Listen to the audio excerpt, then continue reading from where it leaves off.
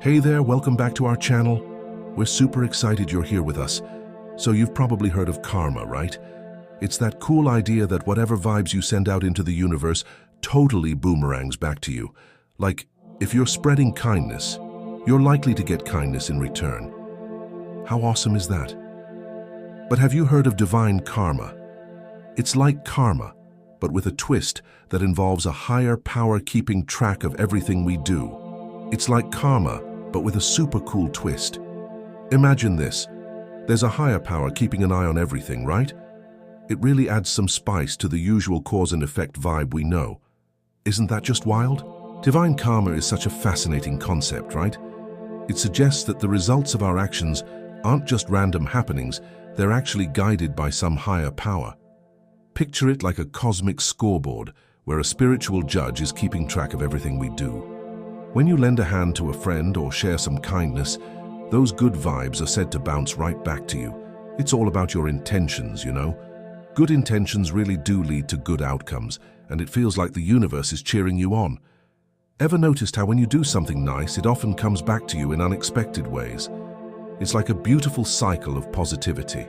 On the other hand, negative actions rooted in selfishness or cruelty are thought to bring about suffering, often playing out across multiple lifetimes in a cycle of reincarnation.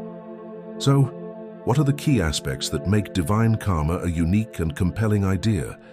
At its core, divine karma is an extension of the universal law of action and reaction, but it operates under the watchful eye of a higher power.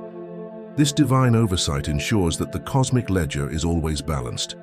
A crucial element here is the emphasis on intent. The motive behind what you do is often considered more significant than the action itself. Performing a task with sincerity, compassion, and a sense of integrity is what accumulates good karma. Conversely, actions driven by cruelty, greed, or selfishness are what lead to negative consequences. Many spiritual traditions that embrace divine karma, especially those rooted in Hinduism, also incorporate the concept of reincarnation. The karma we generate doesn't just disappear. It's believed to follow the soul into future lives, shaping the circumstances and challenges we face. This journey continues through the cycle of birth, death, and rebirth until the soul achieves ultimate liberation. Some interpretations go a step further, viewing divine karma as a form of absolute divine justice. In this framework, justice is never delayed or denied. The spiritual judiciary is flawless in its dispensation. Finally, divine karma can also be seen as the result of actions performed under direct divine influence. When individuals make sacrifices or perform duties with the pure intention of fulfilling a higher will, the results are believed to be inherently positive and spiritually beneficial. A central question in many theological discussions is how the fruits of our actions are actually delivered. Karma, the whole cause and effect thing is usually viewed as this natural law that just happens. But some theistic schools in Hindu philosophy, like Vedanta and Shaivism, actually think of karma as more of a mindless force. Interesting, right? On its own, it has no power to create outcomes. This is where a divine administrator comes in. According to these philosophies, a conscious supreme being, God, acts as the dispenser of karma's results. This divine entity is responsible for matching the consequences to the actions, ensuring that each individual soul receives the appropriate experiences based on their past deeds. This concept elegantly solves the problem of how an impersonal law can deliver such personalized and intricate results. It posits that God oversees the complex web of actions and reactions, not as a puppet master controlling our choices, but as a just administrator, ensuring the system functions fairly. This amazing management ensures that karma works just right, bringing each of us the lessons and experiences we need for our spiritual growth and journey, Without this conscious dispenser, the fruits of karma might never manifest, leaving the law of cause and effect incomplete. In spiritual traditions like Vaishnavism and some schools of Vedanta, divine karma really dives deep into how we act with pure hearts. It's all about doing things with the intention of serving the divine, without any strings attached to what we might get in return. Think about it. When you help someone just to see them smile, that's divine karma in action. It's a beautiful way to connect with something bigger than ourselves, right? This path of selfless action is known as karma yoga.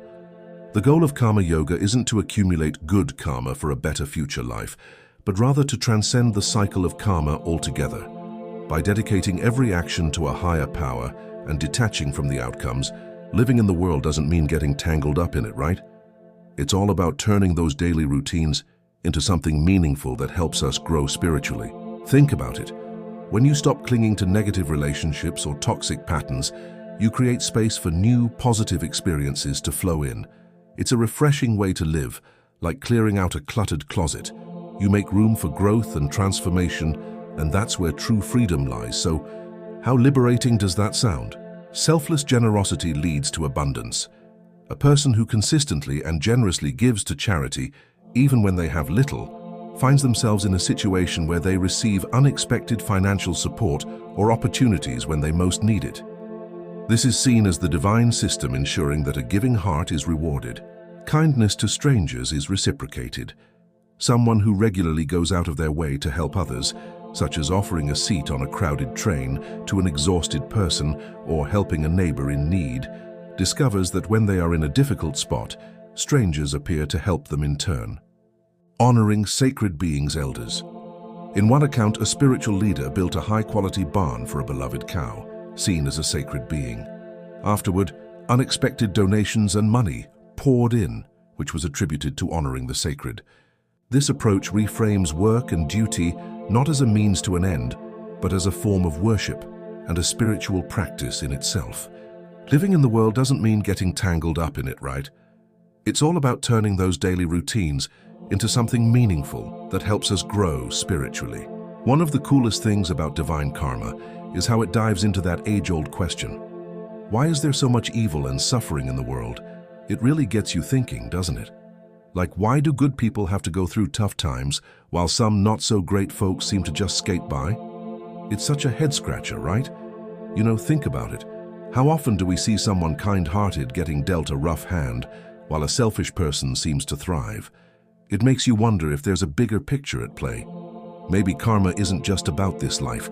It could be about a cosmic balance that unfolds over time. Isn't that a wild thought? That's karma in action. Sometimes what feels like a setback is just life nudging you toward where you truly belong. Pretty wild, huh?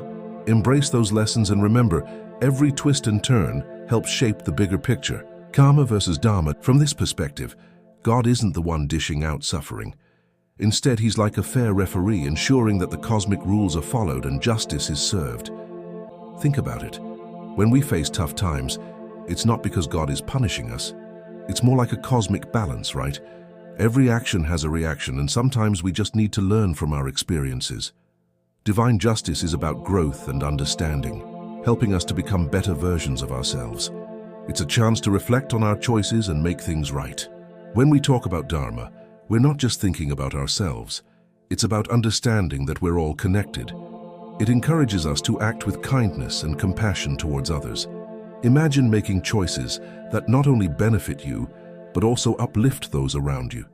For instance, if you see someone struggling, Dharma would nudge you to lend a helping hand. It's about owning our actions and being aware of how they ripple through the universe. So embracing Dharma is really about finding that higher purpose and making the world a better place, one thoughtful choice at a time. Ever had one of those moments where you faced a setback that felt completely unfair? Like, maybe you went for that dream job and really thought you had it in the bag, but then bam, you didn't get it and it stung, right? But here's the kicker. Later on, you stumbled upon an opportunity that was even better and felt like it was made just for you. That's karma working its magic. Sometimes, what seems like a setback is just life gently nudging you toward where you truly belong. It's pretty wild, huh? So embrace those lessons. Every twist and turn helps shape the bigger picture, guiding you to something amazing. Just keep your eyes open and trust the journey. Think of it this way. God isn't the one pulling the strings behind our suffering. Instead, he's more like a fair referee, ensuring that a just cosmic law is always in play. So, when we talk about divine justice, it's really about how our choices and past actions shape our experiences. It's like a cosmic balance sheet, right? Every action has its consequences, and God makes sure those consequences are fair and unbiased. This whole idea of divine karma shows us how what we do is linked to a universal system of justice.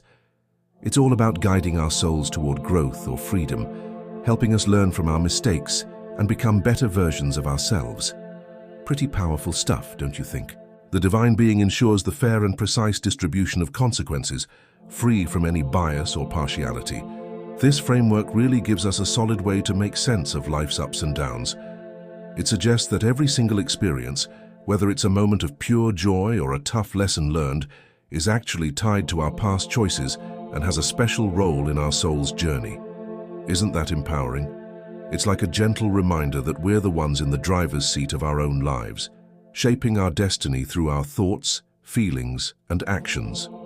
For example, when we choose kindness over anger, we not only uplift ourselves but also create a ripple effect that can inspire others. This framework really gives off a hopeful vibe. It shows us that by acting with kindness and selflessness, we can totally shape our future and find that awesome balance of spiritual peace and freedom. How great is that? If you enjoyed this video, don't forget to subscribe and share. Always embrace what you love.